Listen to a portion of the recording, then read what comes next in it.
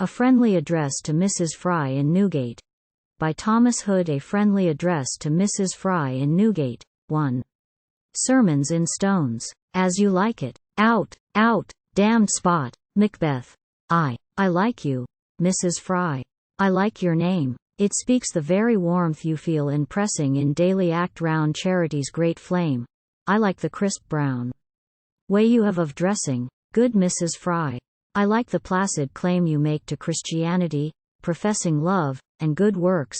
Of course you buy of Barton, beside the young Fry's bookseller, friend Darton. 2. I like, good Mrs. Fry, your brethren mute, those serious, solemn gentlemen that sport. I should have said, that wear, the sober suit shap'd like a court dress, but for heaven's court. I like your sisters too, sweet Rachel's fruit, Protestant nuns. I like their stiff support of virtue, and I like to see them clad with such a difference, just like good from bad. 3. I like the sober colors, not the wet, those gaudy manufactures of the rainbow. Green, orange, crimson, purple, violet, in which the fair, the flirting, and the vain, go. The others are a chaste, severer set, in which the good, the pious, and the plain, go. Their moral standards, to know Christians by. In short, they are your colors, Mrs. Fry. IV.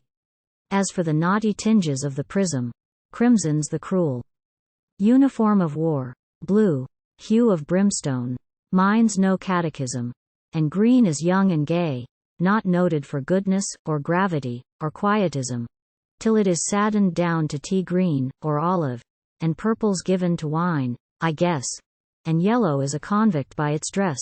V. They're all the devil's liveries, that men and women wear in servitude to sin. But how will they come off, poor motleys, when sin's wages are paid down, and they stand in the evil presence? You and I know, then, how all the party colors will begin to part. The pit-tight hues will sadden there, whereas the foxite shades will all show fair. V. Witness their goodly labors one by one. Russet makes garments for the needy poor. Dove color preaches love to all, and Dun calls every day at charity's street door. Browne studies scripture, and bids woman shun all gaudy furnishing. Olive doth pour oil into wounds, and drab and slate supply scholar and book in Newgate, Mrs. Fry. 7.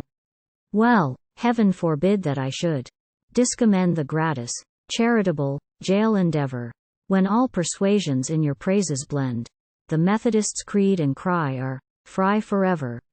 No, I will be your friend, and, like a friend, point out your very worst defect. Nay, never start at that word. But I must ask you why you keep your school in Newgate, Mrs. Fry. 8. Top well I know the price our mother Eve paid for her schooling.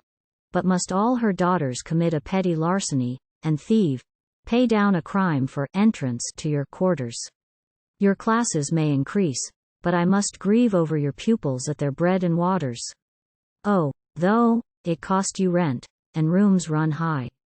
Keep your school out of Newgate, Mrs. Fry. Ix. Oh, save the vulgar soul before it's spoiled. Set up your mounted sign without the gate, and there inform the mind before 'tis soiled. 'Tis sorry writing on a greasy slate. Nay, if you would not have your labors foiled, take it inclining towards a virtuous state, not prostrate and laid flat. Else, woman meek, the upright pencil will but hop and shriek. X.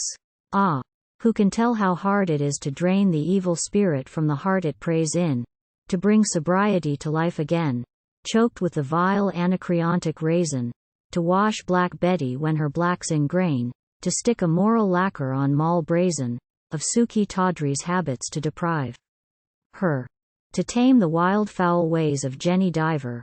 11. Ah, who can tell how hard it is to teach Miss Nancy Dawson on her bed of straw, to make long Sal sew up the endless breach she made in manners, to write heaven's own law on hearts of granite. Nay, how hard to preach, in cells that are not memories, to draw the moral thread, throw the immoral eye of blunt Whitechapel natures, Mrs. Fry. 12. In vain you teach them baby work within. 'Tis but a clumsy botchery of crime. 'Tis but a tedious darning of old sin. Come out yourself, and stitch up souls in time. It is too late for scouring to begin when virtue's revelled out, when all the prime is worn away, and nothing sound remains. You'll fret the fabric out before the stains. 13. I like your chocolate, good Mistress Fry. I like your cookery in every way. I like your Shrove Tide service and supply. I like to hear your sweet pandians play. I like the pity in your full-brimmed eye. I like your carriage, and your silken grey, your dove-like habits, and your silent preaching. But I don't like your Newgatery teaching. 14. Come out of Newgate, Mrs. Fry. Repair abroad, and find your pupils in the streets. Oh, come abroad into the wholesome air, and take your moral place, before sin seats her wicked self in the professor's chair. Suppose some morals raw, the true receipts to dress them in the pan, but do not try to cook them in the fire, good Mrs. Fry. 15. Put on your decent bonnet, and come out. Good lack, the ancients did not set up schools in jail, but at the porch.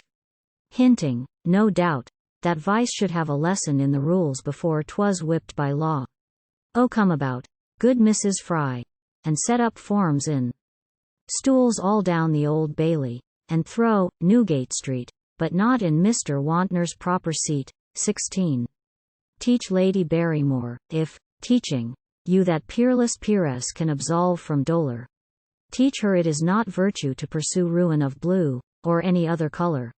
Teach her it is not virtue's crown to rue, month after month, the unpaid drunken dollar. Teach her that, flooring Charlie's, is a game unworthy one that bears a Christian name. 17. Oh, come and teach our children, that aren't ours, that heaven's straight pathway is a narrow way, not Broad Street Giles's, where fierce sin devours children, like time, or rather they both prey on youth together. Meanwhile Newgate lowers Evan like a black cloud at the close of day, to shut them out from any more blue sky. Think of these hopeless wretches, Mrs. Fry. 18. You are not nice. Go into their retreats, and make them Quakers, if you will. 'Twere best they wore straight collars, and their shirts sans pleats, that they had hats with brims, that they were doctorist in garbs without lapels, than shame the streets with so much raggedness. You may invest much cash this way, but it will cost its price, to give a good, round, real check to vice. 19. In brief, oh, teach the child its moral rote, not in the way from which 'twill not depart, but out, out, out. Oh, bid it walk remote, and if the skies are close against the smart, Evan let him wear the single-breasted coat, for that ensureth singleness of heart. Do what you will, his every want supply, keep him, but out of Newgate, Mrs. Fry.